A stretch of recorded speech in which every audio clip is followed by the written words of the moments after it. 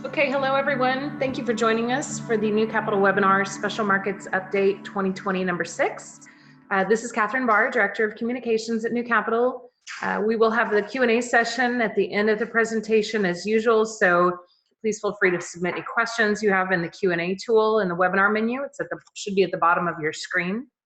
And before we get started, I'm going to make the following regulatory disclosures.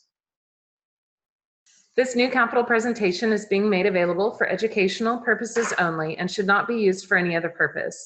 The information presented does not constitute and should not be construed as an offering of advisory services or an offer to sell or solicitation to buy any securities, related financial instruments, financial services, or other services in any jurisdiction. Past investment performance is not an indication of future results.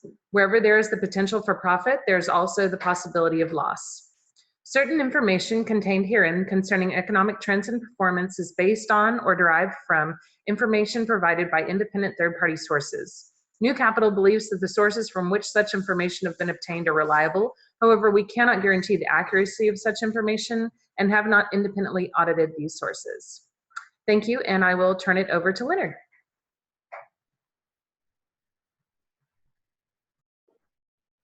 Good evening, everybody. Or as we say in the Jewish faith, Shabbat Shalom. Hope everybody had a good week.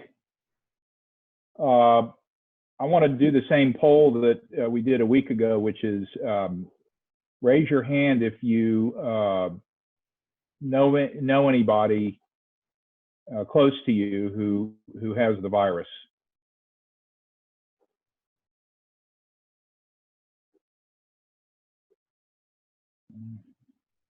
One, two people. So still a small sampling. That's good. Okay. Random thoughts. I'm not having that many random thoughts compared to the past few weeks. Things have gone. Markets accept death. You know, we've seen a rise in the market over the last week, and I'll show you that in detail. But there's the disconnect. There's an article by Neil Irwin in today's New York Times. How can markets be going up? All this death is going on all over the world, and now very much centrally here in the United States. And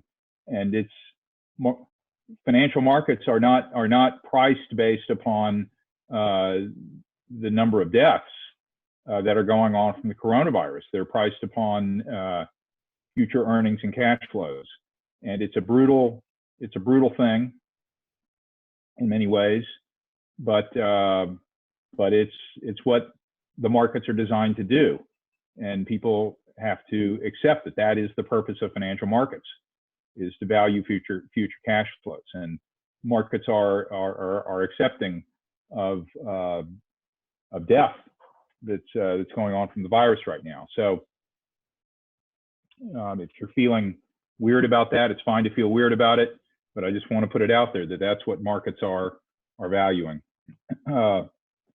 We have additional actions this week from the Federal Reserve, including moves to add to the Federal Reserve is going to backstop the payroll protection plan, which is a fiscal government policy. The Federal Reserve is going to backstop that.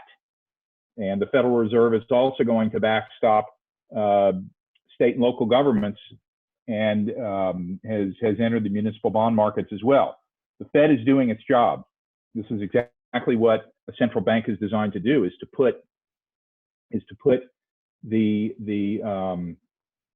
currency of the United States, through the Fed's ability to print money, to put the currency at the disposal of the people of the country to deal with this crisis. So it's doing exactly what it needs to do. I've seen several interviews with Jerome Powell, and I think that when the Trump years close, one of the real heroes is going to be Jerome Powell, who has labored through his job as Fed chairman and has taken all sorts of pounding by the president on interest rates and other things, and has remained very, very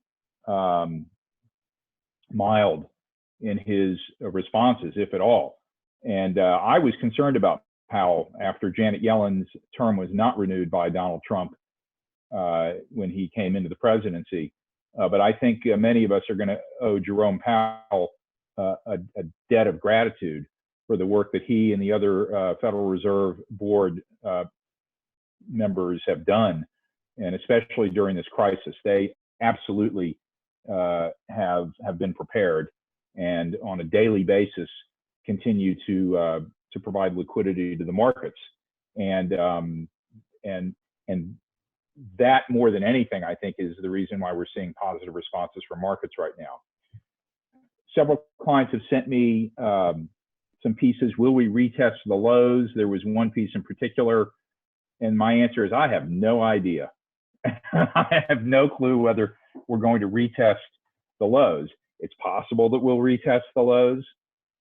It's possible we won't retest the lows. So what I would say is anybody who says about whether markets are going to retest lows, they don't know. There's no ability for any of us to know whether we're going to be retesting any lows. So don't put a whole lot of credence in predictions about where markets are going. And then reopening the country is now the big question front and center with everybody, and certainly with the government. Sunday is Easter. Happy Easter to all of those who celebrated, and that was the original conception by the President of the United States, was that the country would reopen by Easter. And all indications are that that is not going to happen, and that in fact local and state authorities are taking even stricter precautions. I received something from some friends today that Herman Park is going to be closed in Houston. State parks are going to be closed, and so what we're actually seeing is a spread of quarantine in order to stop the spread of the virus. So we could see a lot longer before the country reopens for business. I would simply say that the markets are accepting of this. It's in the price, and as I've shown you in my own modeling, I have taken out all profits for the S&P 500 for the entire year, and we're still getting a reasonable valuation on the market. This is an email that I got. You may be looking for your quarterly reports. They're going to be gory when I eventually get them issued. But our Morningstar system, Morningstar's had a problem with some data that came from Fidelity. I don't know if the problem was with Fidelity or with Star, but this says that our team has identified a transaction error or working diligently. This is Morningstar. And I've gotten this now for 3 or 4 days in a row. And it's the reason why I'm late getting your quarterly reports to you, because they're saying we are still recommending. Here, let me see if I can annotate. Let me get my annotation drawing program here. We are still recommending that you do not run performance reports for clients that have dividend reinvestment transactions. Well, we have dividend reinvestment transactions. So this is from yesterday. If they don't get ready to go in the next, over the weekend, I'm going to go ahead and run performance reports and post them early next week. But I'm going to tell everybody, be aware that there may be some reposts of the reports after they solve this problem. Anyway, I just wanted to tell everybody why, if you've looked on your Morningstar portal, although I don't think anybody's in a hurry to look at the first quarter, but that's why they haven't been posted yet. Morningstar is giving me this notice. Okay, next up, this was quarter one. So here was the first quarter, and you can see U.S. stock market, the quarter, that's from January 1, obviously, through March the 31st, down 20%. International developed stocks down 23%. Worse, but not too much worse. Emerging market stocks about equal. Global real estate really had a tough quarter. Look at that, 30% down for real estate. And commercial real estate struggled all over the world because nobody's going to stores. And so especially in the retail sector, which is a very large part, not the majority, but it's a very large part of commercial real estate. And people aren't going to office buildings either. So you take the office building in the retail sector, and they were hit very hard as people sold them off. Look at the bond markets. U.S. bonds for the year to date in the first quarter up 3%. So as we know, bonds did their job in the first quarter. Even global bonds held their own. But they were the only sectors that were holding up in the first quarter. All right, I don't think any of that's going to be a surprise to anybody. This does not include the last week. So I'm going to show you what things have done over the last week. Actually, first I'm going to show you the volatility index. Remember, I've been showing you the volatility index over the last few weeks. And this was the 2008 spike in volatility. This is the VIX, right? The volatility index. And we hadn't seen anything like the 2008 spike in market volatility until right here, right? Here we are in the coronavirus. And you see, we had, this must have been Brexit right here, and European currency crises. Even they, nothing like the volatility that we were seeing here. Look at that, spiking up to 80. We're still not back. We're still around 41. This is April 9th today. And normal volatility, you can see, is somewhere around 20, right? So we still have high volatility, but we're right about here. And I'm going to show you this more clearly in the next chart. So this is 1 year rather than 5 years. This is 1 year, and you can see, look at this huge spike that we hit. VIX up around 80. But look how it's fallen off over the last few weeks, right? And this is where we are now, 40. So we've been coming back. I can't tell you that we're not going to spike back up if something out of the ordinary. I don't know what that would be, but certainly we've seen a decrease in volatility, and we're seeing that in attendees for our Friday evening conferences, right? Because right about here we had, I don't know, 50 people, and we're probably around 15 today. So our attendees for this Friday evening conference are highly correlated to the VIX. The more volatile things are, the more people we have sitting on the calls. This is what the last week looked like. Look at that.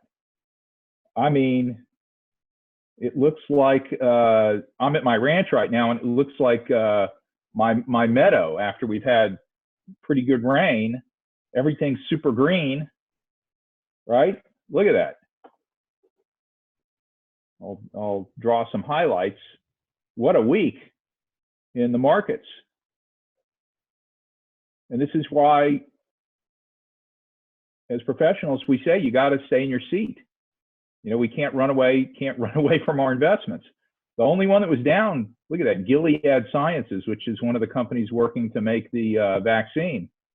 Something else here, KR, I don't know what this is, TIF, but something here. But look at this. Apple, up almost 10% for the week. JP Morgan, look at the banks bouncing back. It's good for new capital portfolios because we hold a lot of the banks, their value stocks. I'm going to talk about value and growth later in the call. And so our portfolios had a very strong week because look at the strength of these value stocks. Berkshire Hathaway up 8%, Microsoft 6%, Google 8%, Amazon, which is actually up 10% year to date. As anybody who was not previously using Amazon for e-commerce and delivery to home is now using Amazon for e-commerce and delivery to home. United Healthcare up 10%. I'm just looking around, even Boeing, which has had such bad problems. Anyway, so this was the week. What is this? Some financial business, 12% up there, 17%. Business services, very, very strong week. I'm just looking around here to see where some of the super strong performances were. But just to give you an idea, this was the strongest week for stocks since 1974. All right, that's what you're looking at right here. You're looking at a strongest week for stocks since 1974. So this is why, as an advisor, I try to stop clients from bailing out of markets during crises. You know, who would have wanted to have missed the strongest up market since 1974? I know I wouldn't want to, and none of our clients did either. Okay, here's the world. Strong week for the world as well. So it wasn't just the United States. The entire globe had a strong week. There are some points here, or some companies here that didn't have a strong week. Total, the French oil company. BP, the British oil company. But by and large, we're looking across the world, had a strong week. China, more or less strong. I don't know what this is. PTR was down. Europe, green. South America, green. Even Bermuda. Mexico, Canada. So it was a very strong week for the world as countries are getting hold of their address of the virus, and central banks are responding. So it wasn't just the United States. Here's the S&P 500, just to update you on where that stands. And of course, we had the big drop off right here off a cliff. Look how steep that was. I've mentioned that before. This is over the last 5 years that we're looking at this. But look, you know, the market's been clawing its way back. Still not back to where we were, which would be about right there. And don't know when we'll get there. I think we will get there, but I don't know if it's going to be this year. I don't know if it's going to be this week. I mean, the way the volatility has been with the markets, could be 3 years. Who knows? Nobody really, we hit some bottom there. Again, will we hit more bottoms? I don't know. But the picture has been a lot brighter, certainly.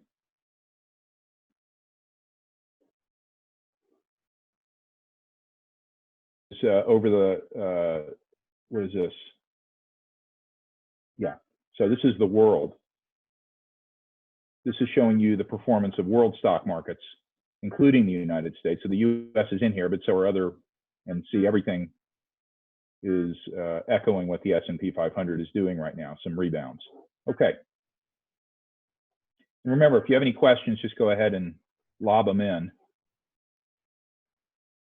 This is the work I'm doing on portfolios right now, and just to give you some update, the changes really are not happening here. These are all the stocks, and this is where I'm making the changes, is in the bonds.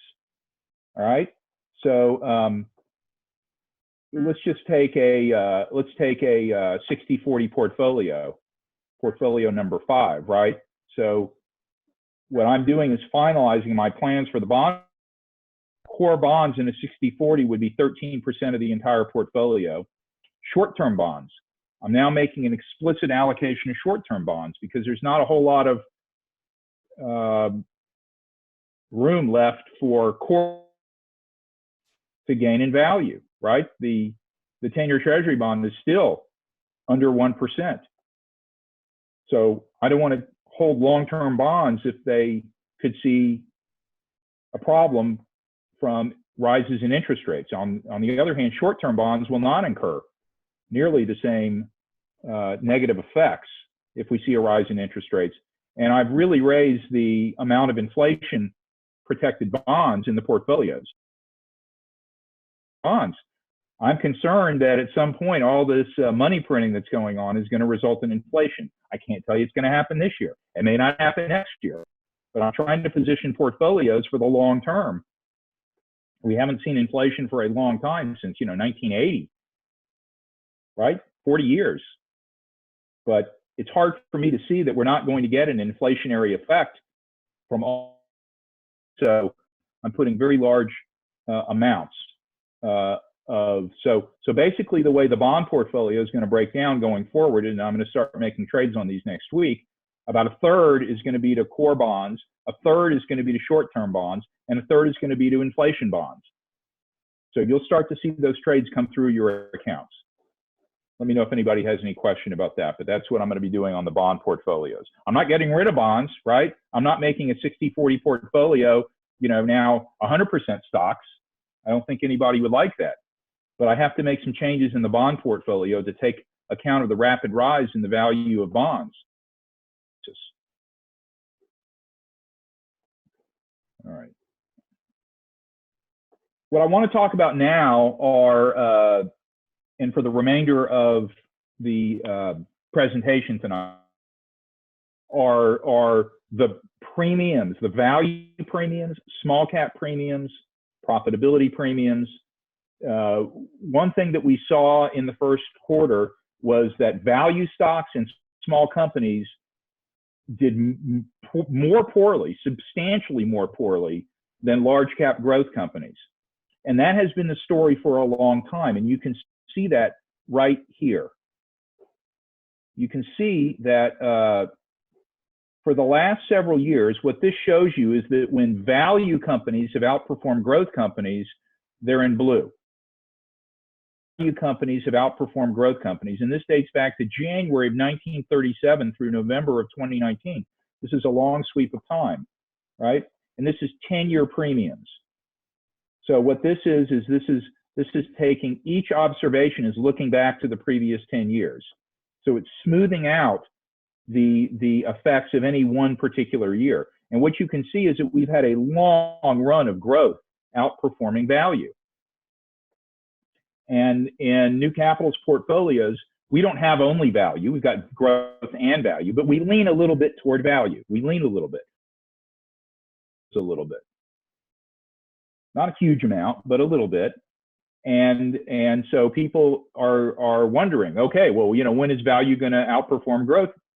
I don't know. All I can show you is that over the long sweep of time, you can clearly see that there's a lot more blue bars than there are red bars. And it makes sense that value would outperform growth. Value tends to be a little riskier. There tends to be something a little bit more problematic about those businesses. They're not growing as fast. They're older. So they have to provide a higher premium and a higher return. And in fact, they have. Look at that. I mean, look from 1942 all the way to 1997, looking at a 10-year premium. Look at that. But that hasn't been the case lately. So the question is something wrong? Is something broken with markets? Well, let's take a look. How often have premiums been negative? All right, so that's a question. Well, it's not unusual, this chart is showing. So let me orient you. We've got 4 different premiums: market premium, owning stocks versus bonds; size premium, owning small companies versus large companies; value premium, owning value companies versus growth companies; and profitability premium, owning profitable companies versus less profitable companies. And what we can see, 1 year is the dark blue. All right, so 30% of the time right here, the bond market has provided higher returns than the stock market. So it's not unusual. 1/3 of the time, we might see bonds outperform stocks. But over any single 5-year period, it only happens 21% of the time that the bond market would outperform the stock market. And if you look at 10-year periods grouped together, only 15% of the time does the bond market outperform the stock market. So the longer time horizon, the less likely it is that we're going to see the bond market premium or the bond market outperform the stock market. And we see the same thing here. 43% of the time, large companies, right, may outperform small companies. But if we look at 5-year periods, only 37% of the time do large companies outperform small companies. And over 10-year periods, only 27% of the time do large companies outperform small companies. What about growth? Well, 39% of the time, growth companies can outperform value companies in any given 1 year period. What about over any 5-year grouping? 25% of the time, growth outperforms value. Not very often, 1 out of 4 times. And then only 16% back, right, to the 1920s have we seen growth companies outperform value companies. And then it's the same thing with profitability. 33% of the time, less profitable companies may outperform. Only 15% of the time would less profitable companies outperform over a 5-year period and 1%. So what I'm trying to show you here is that we can't draw any conclusions from just a year or 2 years or even 3 years of performance, right? This is the long sweep of time, and this is what we're investing for. I'm going to show you a little bit more of that. Why does that keep doing that dot? Okay. Same thing holds up across the world. We can see that in 19, the stock market, right, outperformed the bond market for most countries. Greece, down here at the bottom, didn't. The bond market outperformed the Greek stock market, but it's an outlier. This is a little closer, right? Here's the midpoint here. Most of all these small companies outperform large companies, but down here, large companies outperform small companies. So it's kind of split 50-50. That's only a 10-year period. Now look at the value premium. Look how poorly the value premium is done between 2010 2019. Only these countries did the value premium outperform the growth premium, the Philippines being at the top. All these countries, the growth premium outperformed the value premium, right? So you might conclude, well, we're going to throw out our value stocks. They're no good. It's broken. We only want growth stocks. Profitability, more profitable companies in most countries, although there were a handful where less profitable companies outperformed more profitable companies. But what if we take a look at the decade before? Look at the decade before. This is 2009. This is 2000 to 2009. Look, the vast majority of stock markets outperformed the bond markets all over the world. The vast majority of small companies outperformed large companies between 2000 and 2009. And look at the value premium. The vast majority, almost all of them, the value premium outperformed the growth companies in all of these countries between 2000 and 2009. Profitability, it's about half and half, right? So each decade, we can see different types of results. We can't draw any conclusions from any 1 year or any 1 quarter. Premiums can materialize very quickly. This is a very interesting slide. Let me see if I can make some sense out of this. This was trailing periods ending March 31st of 2000. So go back to March 31st of 2000. That was during the tech bubble, the internet bubble. And that was the end of the internet bubble. It occurred in March of 2000. Well, look, this is growth, the green, the sea green, and gray is value. And look, for the 1 year period, for the 2 year period, 3 year period, for all of these, growth way above value, growth way above value for all these periods, 10-year periods, 15-year period. 20-year period is the only period where value outperformed growth. All right? Got it? March of 2000. We're going to go 1 year ahead now. Watch this. Fast forward 1 year. Look at that. 1 year later, look how the tables turned. Here's growth for that year, down 30%. So in between March of 2000 and March of 2001, growth was down 30%. Value stocks were up almost 20%. You had a 50% differential. 50% differential in performance. between March of 2000 and March of 2001, between growth stocks and value stocks. Over the 2-year period, that 1 year change. Now look at the performance of value versus growth over the previous 2 years, right? And look, just like that, there was a reversal. And suddenly, value has outperformed growth in every single period. So this is why we hold a diversified portfolio of both value and growth stocks. So we get exposure to both. All right, I hope these slides were interesting. And what I'm trying to emphasize to everybody is, yes, value, it's underperformed lately, but none of us should be surprised if value outperforms at some point going forward. Oh, another slide here on this, and I don't mean to bore anybody, but this is the last. So this is the value price to book ratio. This is price to book. Remember, book value is the what the balance sheet says the equity of a company is worth, right? It's what the accountants say versus the market value. And this is growth, right? This is the growth curve. Look at it bouncing all around here. And we are now, this is only 2018. It's even more. It's up about here right now. So look at the difference between the valuation difference between value and growth that has opened up. It's bigger than it was during the tech bubble right now, right? So this is why we're continuing to invest you in a diversified portfolio that still holds a large amount of value stocks. Because look where growth stocks are trading based on their valuations. All right. And that's it. Wow. Pretty quick. All right, we'll take questions now. We're at 6:34.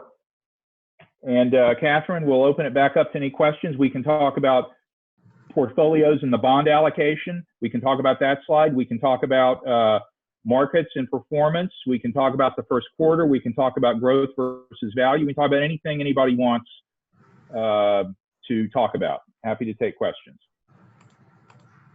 Nothing coming in yet. So good.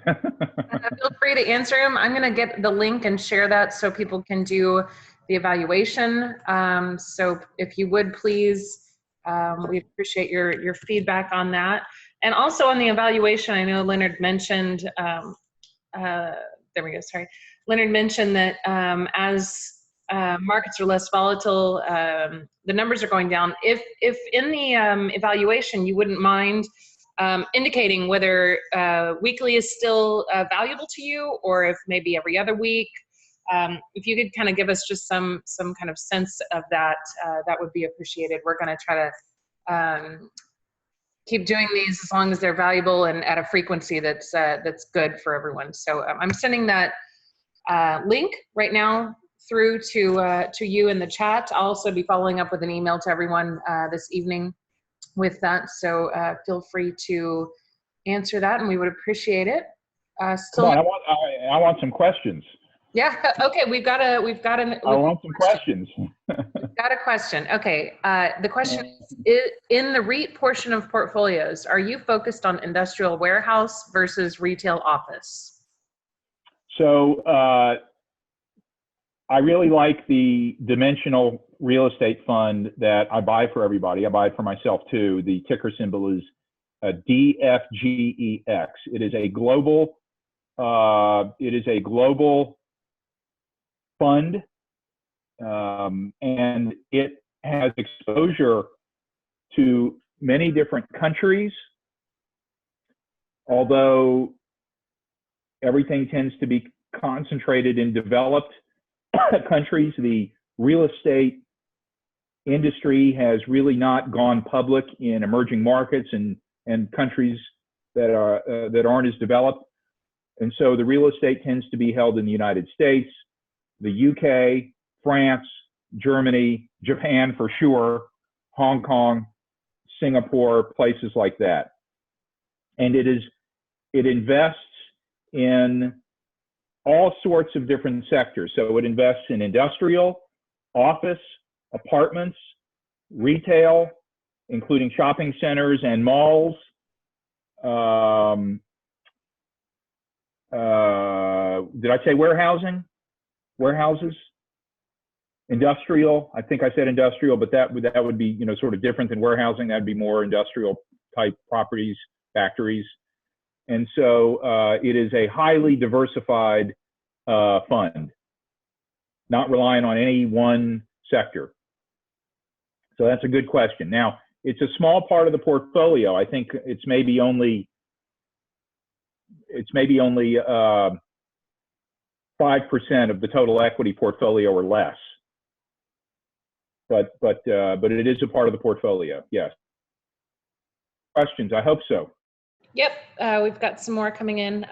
Next one is, there are widespread reports of supply disruptions coming in the coming months, in addition to reports that social distancing will need to be extended for many, many months, given that widespread testing is and will not be available for many months. Do we really think that the market has factored these risks, as well as the risk of social unrest that may result? Yes, the market has factored all of it. Yes, all of it. What the market has not factored is anything unexpected. And that's why the market fell so hard, is because for whatever reason, the expectations of the market were taken by surprise by the virus. I think we look back and say, well, how is that? But it just was. It just was. All the markets were taken by surprise by the virus. Yes, the market has taken account of supply shortages. Whatever we know about right now, the market has taken account of that. So you can rest assured in that. I don't know what sort of assurance that gives anybody, but surprises could impact the market, both to the upside and to the downside. Right. So if things move positively faster, we could get surprises to the upside in the market. And I think that we've really seen that. I think in the last week, as the United States gets it together, right? And I think that's been another surprise, is that people were not expecting that the United States would be so in its response, and I think that hurt markets. So I think that as the United States gets it together, we could see surprises to the upside. But yes, the markets have factored in all that news. Any more questions? Yeah, we've got a few more coming in. Why hasn't the market reacted to these 16 million unemployment claims? Isn't there a foreseeable reaction at some point? It hasn't reacted to it because, well, it's reacted to it. It hasn't fallen apart because the Congress has put in place a very substantial safety net. So if you make $30,000 a year, the payments are coming at $600 a week. That's $2,400 a year. I'm sorry, a month. That's almost $30,000. So if you make $30,000 working, you are now getting federal unemployment benefits for 4 months. They're going to run out after 4 months, but you are being kept above water. So the CARES law that the Congress passed and the president signed and has become law is keeping people above water. And so that's why. Now we'll see what happens as time goes on. So 4 months, that's March, April, May, June, the CARES Act will get people who have lost their jobs, 16 million and counting, 20 million. That will get people through June. Now, if somebody who's making $100,000 who has lost their job is not going to make what they have been used to, but they will not starve. They may have to cut, and they will have to cut their expenses back. So So that's why the markets are holding up, including including bond markets and other markets as well. So, okay, I hope that answers the question. Okay. Next question. Next is, with the potential breakup of the EU, shouldn't portfolios reduce the holdings? I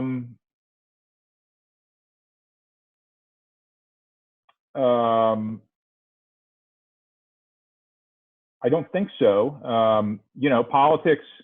Politics is changing everywhere. We may see a breakup of the United States for all we know. There's an article about Gavin Newsom in California and his discussion about how California is having to go it alone, how they are now seeing themselves as a nation state that has different policies. The world is changing all the time. We are invested in companies. And so one thing that the European Union has, and I said this on another call, is great companies.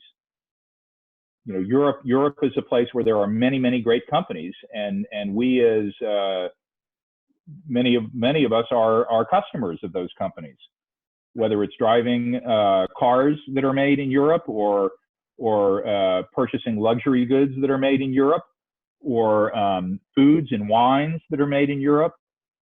Those things are not going to change.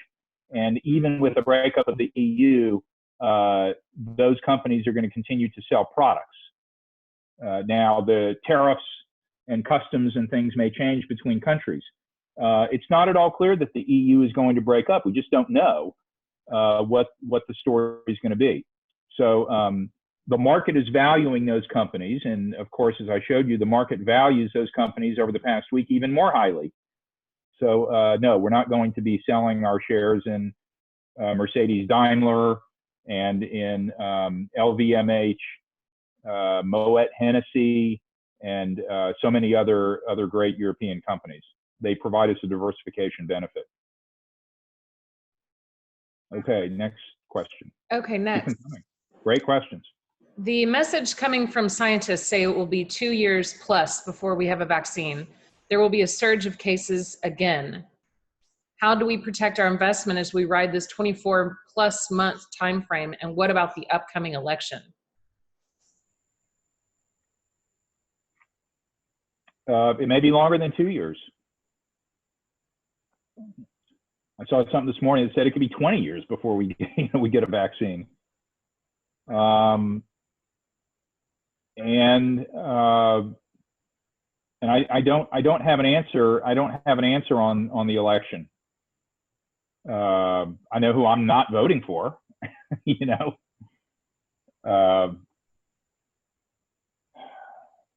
but again, I just want to go back to my first slide where I talked about the fact that the markets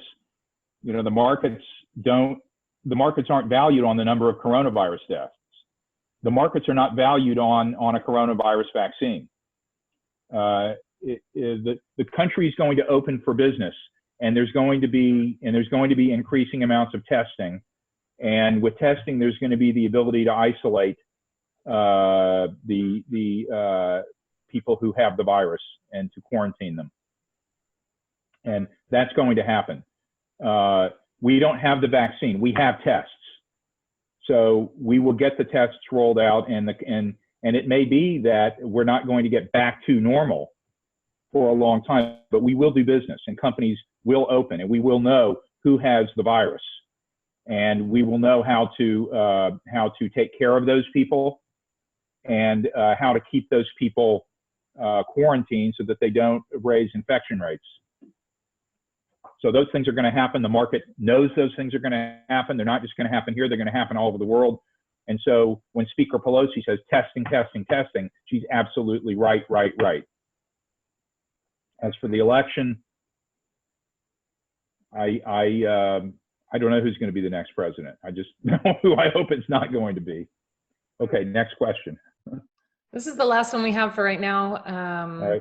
So it is, for those of us that are very cash rich at this point in our IRAs, waiting for investments in equities and bonds to occur, is there any risk of losses on these cash reserves if financial institutions encounter major liquidity problems or even potential bankruptcies in the financial sector as we witnessed in 2008?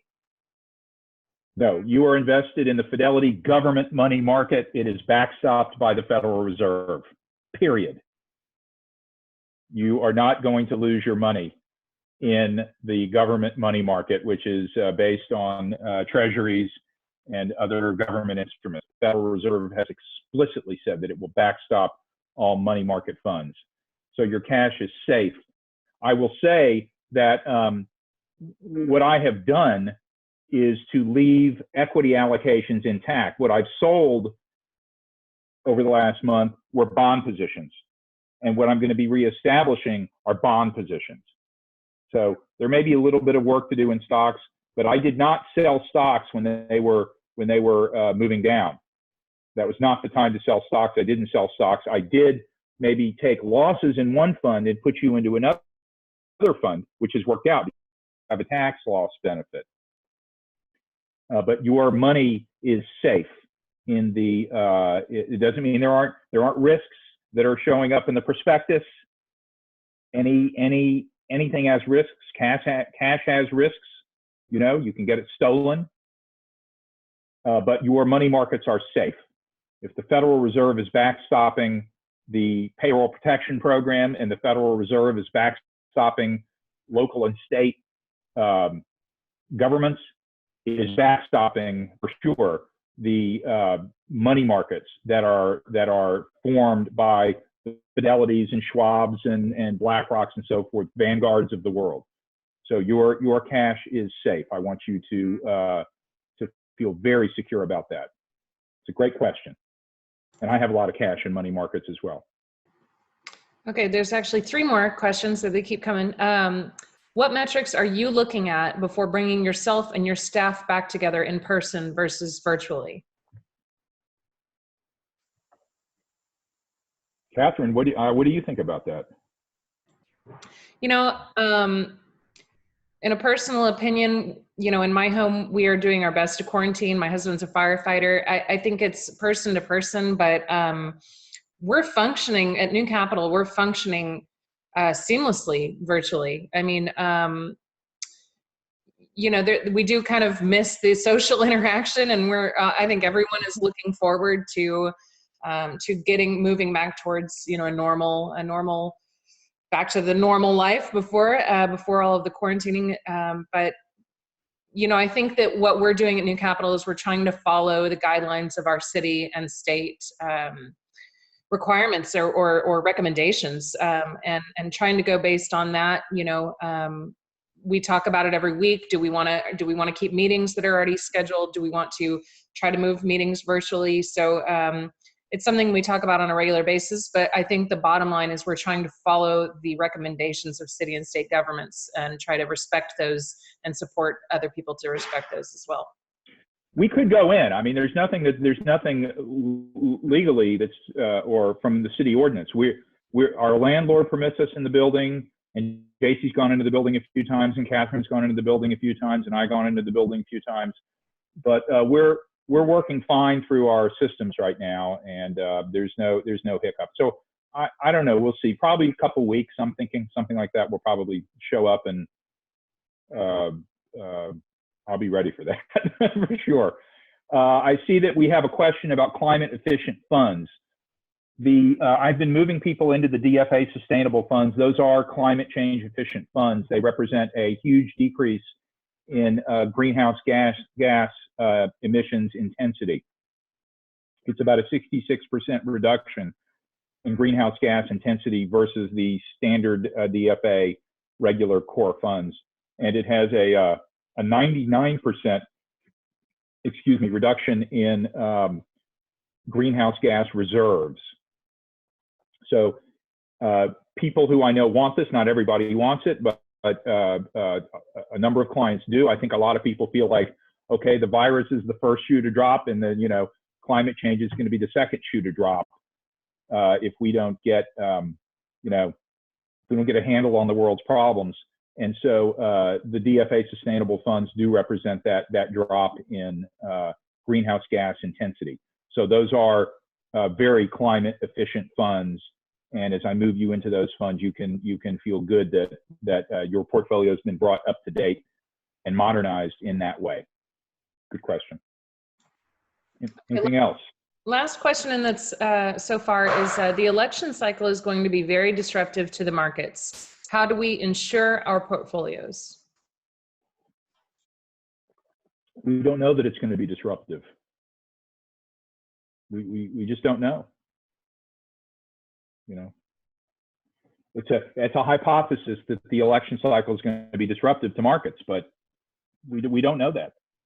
We don't know that that a stronger effect on the markets would be a reopening of the world's economies, and that offsets the election effects. So all I'm saying is that's a premise that we won't know whether that comes true until later. So we're gonna be invested in our portfolios through the election cycle. It's just it's the right thing to do, and we'll see how the elections turn out. You know, my hope is that people are going to be very, very interested in voting, however that voting takes place, and I think we have a democracy right now that is regaining its legs after really having shown some signs of instability over the last few years. So I can't tell you what the election cycle is going to do to markets. Couldn't even venture a guess.